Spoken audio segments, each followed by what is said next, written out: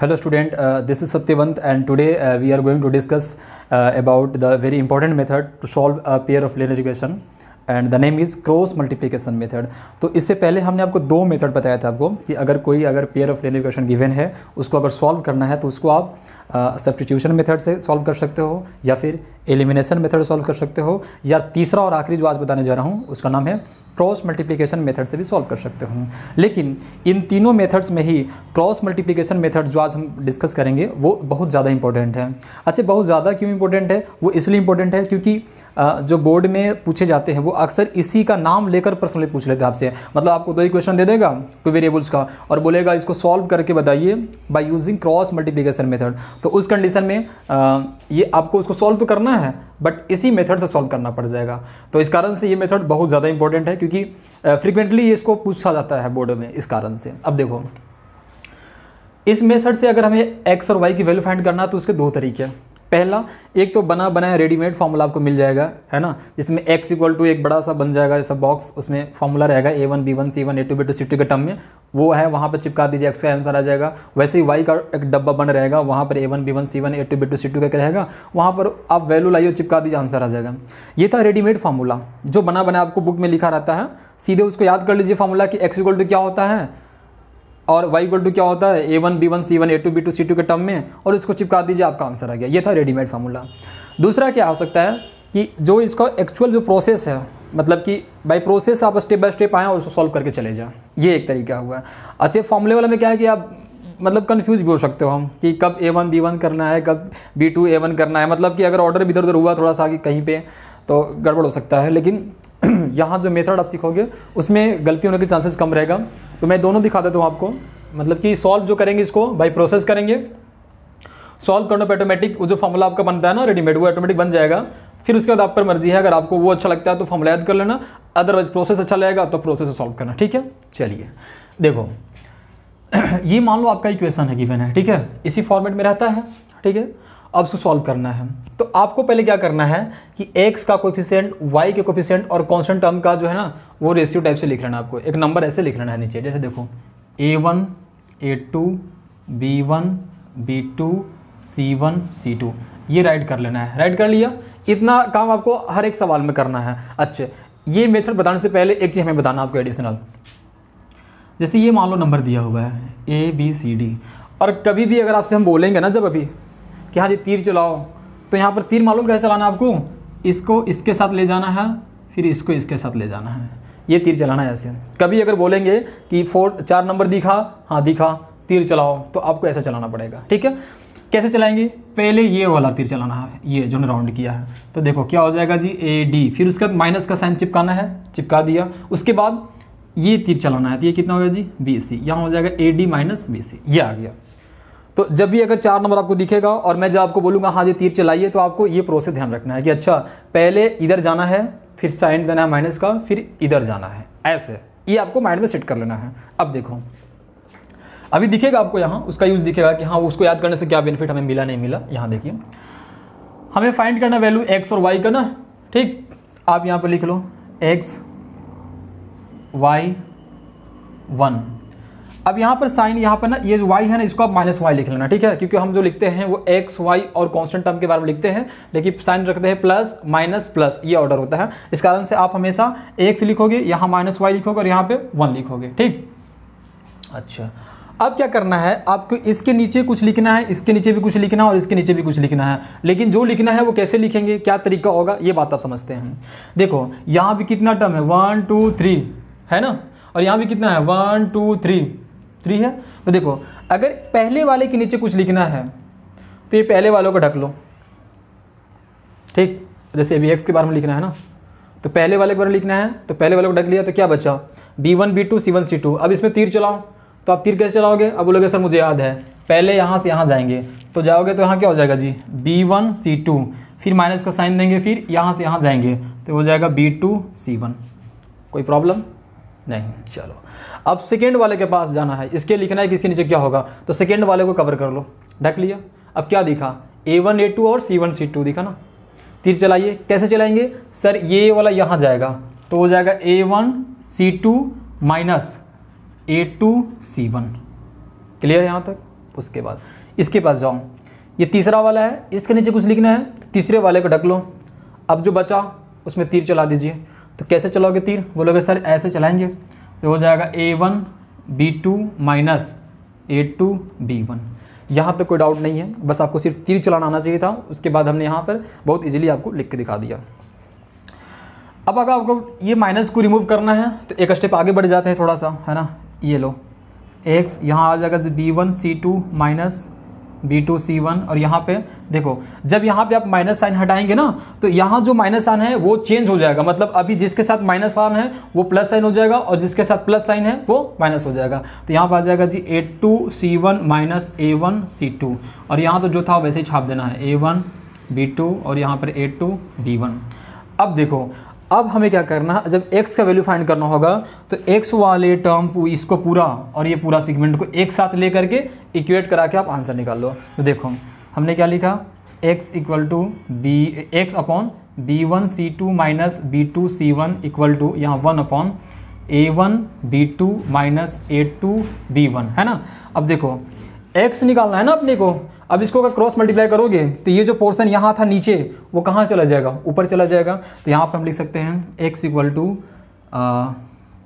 B1 C2 minus B2 C1, और यहाँ आ जाएगा जी A1 B2 minus A2 B1।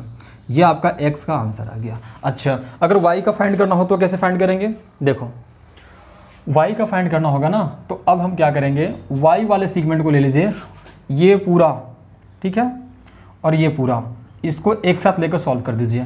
तो यहाँ आ जाएगा y upon A2 C1 minus A1 C2 equal to 1 upon A1 B2 minus A2 B1। तो हमें तो लेकिन y का वैल्यू चाहिए था, तो y का चाहिए, वापस से इसको क्रॉस मल्टीप्लाई करेंगे तो ये जो टर्म्स यहाँ नीचे है वो टर्म्स कहाँ चला जाएगा? ऊपर चला जाएगा। तो यहाँ से y इक्वल टू आ जाएगा जी A2 C1 minus A1 C2, और यहाँ आ जाएगा A1 B2 minus A2 B1। ये आपका y का आंसर आएगा।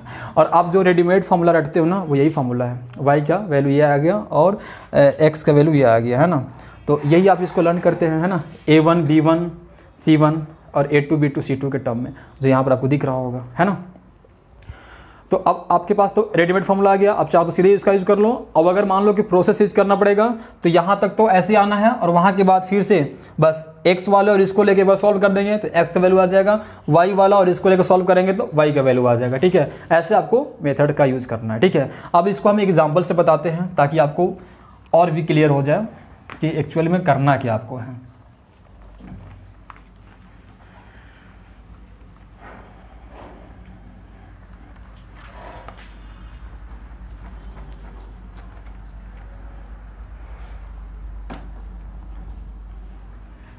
देखो एक क्वेश्चन लेते हैं, 2x plus Y equal to 5, है ना, और 3x plus 2y equal to 8। ये हमने क्वेश्चन ले लिया, ठीक है। अब देखिए इसको हमें सॉल्व करना है bye using cross multiplication method. अब इसको सॉल्व करने का कई तरीका है, एलिमिनेशन लगा दीजिए वहाँ से भी हो जाएगा, सब्स्टिट्यूशन लगा दीजिए वहाँ से भी हो जाएगा, लेकिन हमें सॉल्व किससे करना है? क्रॉस मल्टीप्लिकेशन मेथड से। अब देखो जो भी इक्वेशन आपके पास दिया होगा ना, पहले हम ये देखेंगे क्या जो वो इक्वेशन है वो स्टैंडर्ड फॉर्म में है या नहीं है। स्टैंडर्ड फॉर्म का मतलब क्या हुआ? इस फॉर्मेट में है या नहीं है, मतलब कि a1x plus b1y plus c1 equal to 0, a2x plus b2y plus c2 equal to 0 के फॉर्मेट में है या नहीं है। अगर उसमें है तो बहुत अच्छी बात है। अब अगर नहीं उस फॉर्मेट में तो पहले उस फॉर्मेट में हम उसको बनाएंगे। देखो ये वाला है क्या उस फॉर्मेट में? नहीं है ना, तो आप क्या करो, अच्छा कैसे मालूम चला कि सर नहीं है? वो ऐसे मालूम चला ना कि इक्वल के बाद क्या होना चाहिए? 0 होना चाहिए। यहाँ पर इक्वल के बाद 0 है क्या? नहीं, कांस्टेंट टर्म क्यों डाल रखा है, तो हम उसको इस तरफ लाएंगे और इक्वल के बाद 0 करेंगे। तो यहाँ पर देखो 2x plus Y minus 5 equal to 0, और यहाँ पे हो जाएगा 3x plus 2y minus 8 equal to 0। अब देखो ये इक्वेशन जो है वो इसके फॉर्मेट में आ गया है ना। देखो कैसे फिल कराता हूँ, a1x plus b1y plus c1 equal to 0, जहाँ पर c कितना है, c1 कितना है, -5, a2x plus b2y minus c2 equal to 0, जहाँ पर c2 इक्वल टू कितना है, -8। साइन के साथ कंसिडर करना आपको। अच्छा अब क्या करोगे आप? तो अभी आपको हमने क्या कराया था, बोला था कि जो भी होगा ये कोएफिशिएंट उसको आप लिखेंगे। तो देखो x के साथ यहाँ 2 है, यहाँ पे 3 है, तो हमने लिखा 2 3, y के साथ कुछ नहीं तो कितना है जी 1, और यहाँ पे कितना है 2। अब कॉन्स्टेंट टर्म कितना है -5 और -8, यहाँ तक लिख लिया, कोई प्रॉब्लम नहीं है। अब क्या करेंगे सर, बस वही बात, यहाँ पे x लिख लीजिए, यहाँ पे -y लिख लीजिए, और यहाँ पे 1 लिख लीजिए। इतना काम तो कर सकते हैं ना, इतना तो कोई मतलब तो दिक्कत ही नहीं है, आराम से इतना तक पहुँच सकते हैं। इसके बाद अब इसके नीचे क्या लिखेंगे, अच्छा तो पहला टर्म है तो पहला वालों को ढक लीजिए, ढक लिए। अब जो बच्चा उसने आपको तीर चलाना है, तो तीर तो आपको चलाना आता ही है, चलाइए। इसका इसके साथ ले जाएंगे तो आप बोलोगे सर 1 × -8, फिर माइनस का साइन देंगे और इसका इसके साथ जाएगा, यहाँ हो जाएगा 2 × -5। चलिए ये हो गया। अब सेकेंड वाले के लिखना है कि इसके नीचे क्या होगा, तो सेकेंड वाले को कवर कर लिए, तो क्या बच गया 2, 3, -5, -8। तो जो बचा उसे फिर से तीर चलाइए, तो कैसे चलाओगे आप, -8 को इसके साथ ले जाओगे तो 2 × -8, और यहाँ आ जाएगा 3 × -5, राइट। अच्छा अब ये 1 है, तीसरा वाला है, तो इसके नीचे क्या लिखाएगा ये कैसे मालूम चलेगा, इसको कवर कर लीजिए। तो वहाँ पे क्या बचा जी 2, 3, 1, 2, तो उसमें आप तीर चलाओ। अब तो तीर चलाने एक्सपर्ट हो गया होगा ना, तो चलाइए। तो यहाँ से हो जाएगा 2 × 2 -3 × 1, ये ऐसे, ठीक है ना। x -y 1 लिख लिया, और उसके नीचे जो भी लिखना था हमने लिख डाला, ठीक है ना। ठीक है, बाय यूजिंग वही क्रॉस मल्टीप्लिकेशन तीर चलाने वाला मेथड से। अच्छा अब क्या करना आपको, इसको बस सिंप्लीफाई करना। देखो 1 × -8 कितना हो जाएगा जी -8 माइनस यहाँ हो जाएगा -10, ये आप कह रहा है ना, बिल्कुल ठीक है। अच्छा उसके बाद देखिए -y, यहाँ जी 2 × -8 कितना हो जाएगा -16 माइनस, और ये हो जाएगा -15, ये आ गया। और यहाँ पे देखो क्या आ जाएगा जी 4 - 3, इसको और सॉल्व करिए जी, तो यहाँ हो जाएगा -8, और देखो माइनस माइनस क्या हो गया प्लस, तो +10, ये हो गया -y, ये -16 और ये +15, और ये आ गया 1/1, क्योंकि 4 - 3 कितना हुआ 1, तो हमने 1 लिख दिया इसको, ठीक है। अब उसके बाद देखिए यहाँ पर x/ कितना आ गया 2, क्योंकि 10 - 8 कितना होता है 2 होता है, तो 2 राइट कर दिया। अब यहाँ पे -y था और यहाँ पे कितना आ गया -1, और ये 1/1, देखो माइनस से माइनस क्या हो गया कैंसिल कर दिया हम। अच्छा अब देखो हमें निकालना है फाइनली क्या, x और y की वैल्यू निकालना है ना, तो x वाले और ये कांस्टेंट वाले को एक साथ ले लो जी। तो देखो x/2 1/1 क्रॉस मल्टीप्लाई करेंगे तो x वाले कितना आ जाएगा 2, ये आंसर हो गया आपका। अच्छा अब y के वैल्यू फाइंड करना है, तो y वाले इस पूरे को और ये कांस्टेंट वाले को एक साथ ले लो, तो यहाँ y/1 = 1/1, तो यहाँ y = कितना आ गया जी 1। तो इसका मतलब अब फाइनल आंसर लिखना चाहोगे तो x = 2 और y = 1, ये आपका क्या हो गया जी फाइनल आंसर हो गया, है ना। तो ये था method how can we solve any pair of linear equation by using cross multiplication method, ये था आपने देख लिया। इसमें सबसे इंपॉर्टेंट बात मालूम है क्या था, वो बात ये था कि आपको तीर चलाने आना चाहिए, है ना, जो बताया था कि तीर कैसे चलाना है। फिर से बता देता हूँ कि अगर a है, b है, c है, d है, तो पहले तीर इधर चलाना, बाद में साइन देना माइनस का, जैसे ये लिख लिया साइन, फिर उसका इधर चलाना, ठीक है। अब अगर आप बुक में देखोगे तो बुक में तीर दूसरे तरीके से भी चलाया है, तो आप ये नहीं हम बोल रहे कि वो गलत है, वो भी अपने आप जगह सही है, बट हमारे मेथड के हिसाब से आप ऐसे चलाना तीर, ठीक है ना, क्योंकि बुक में हो सकता है तीर कुछ और तरीके दिखाए, तो उसका तीर चलाने का अलग तरीका होगा, तो वो अपने जगह सही है और हम अपने जगह सही है। तो अगर आप इस मेथड का यूज़ करेंगे तो आप तीर ऐसे चलाना, तभी वो सुटेबल होगा, ठीक है ना। तो ध्यान रखना कि आपको तीर ऐसे चलाना है। अच्छा जब तीर चलाना आ गया तो कुछ बचा ही नहीं, बस क्या करना है आपको, जो भी इक्वेशन दिया रहेगा उसका कोएफिशिएंट, पहले तो जो दिया रहेगा पहले देखेंगे कि जो इक्वेशन गिवन है वो स्टैंडर्ड फॉर्मेट में है या नहीं है। अगर पहले से ये ऐसा बनाया है तब तो कुछ करना नहीं है, बहुत अच्छी बात है, हमारा टाइम सेविंग हो जाएगा। और अगर ऐसा नहीं है, इस टर्म में दिया हुआ है, तो पहले ऐसे में कन्वर्ट करेंगे, और ये इसको हम बोलते हैं स्टैंडर्ड फॉर्म, है ना इसका। अब जैसे दिख गया तो उसके बाद आपको कोएफिशिएंट का रेशियो लिखना है। देखो x वाले का लिखा 2 और 3, y वाले का 1 और 2, और कांस्टेंट वाले को ऐसे लिख दिया। लिखने के बाद आपको x - y 1 इस तरह से लिखना है, और इसके नीचे क्या लिखाएगा इसको तय करने के लिए पहले वाले को लिखना है तो इसको ढक लेना, बाकी जो बचा 4 नंबर उसमें आप तीर चला देना।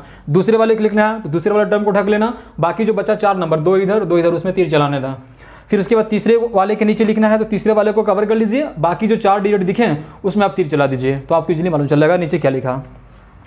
जब आप यहाँ तक काम कर लेंगे तो उसके बाद नीचे हमने क्या किया, कुछ एक्स्ट्रा किया है क्या, कुछ भी नहीं किया है, सिर्फ सिंप्लीफाई किया है, तो वो तो आपको भी आता है। और जब आप फाइनली यहाँ तक पहुँच जाएंगे कि यहाँ तक आ गया, तब उसके बाद क्या करना है, x का वैल्यू जब फाइंड करना होगा तो x वाले और कांस्टेंट वाले टर्म को एक साथ लेकर सॉल्व कर देना, फिर y वाले को जब सॉल्व करना होगा तो y वाले और कांस्टेंट वाले को एक साथ लेकर सॉल्व कर देना, तो उससे y का वैल्यू आ जाएगा, और इस प्रकार से x और y दोनों का वैल्यू आ जाएगा। तो ये था आपका क्रॉस मल्टीप्लिकेशन मेथड। अब उम्मीद करता हूँ कि अब कोई भी अगर इक्वेशन आपको देकर आगे से सॉल्व करवाएगा कि हाँ इसे सॉल्व करो क्रॉस मल्टीप्लिकेशन मेथड से, तो आप उसे सॉल्व कर पाएंगे, ठीक है।